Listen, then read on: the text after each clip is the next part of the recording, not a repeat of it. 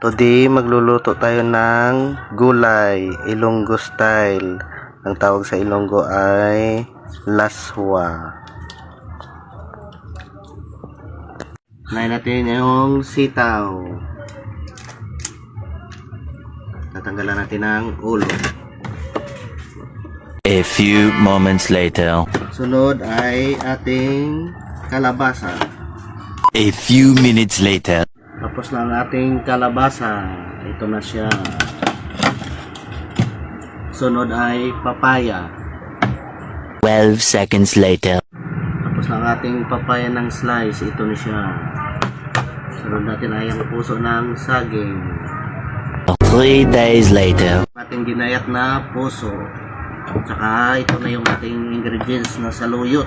Ready na ito sa halo. Tapos ang sunod natin ito yung bawang, sibuyas, yung sahog. Okay. Ating lulutuin. Umpisa na natin ang luto.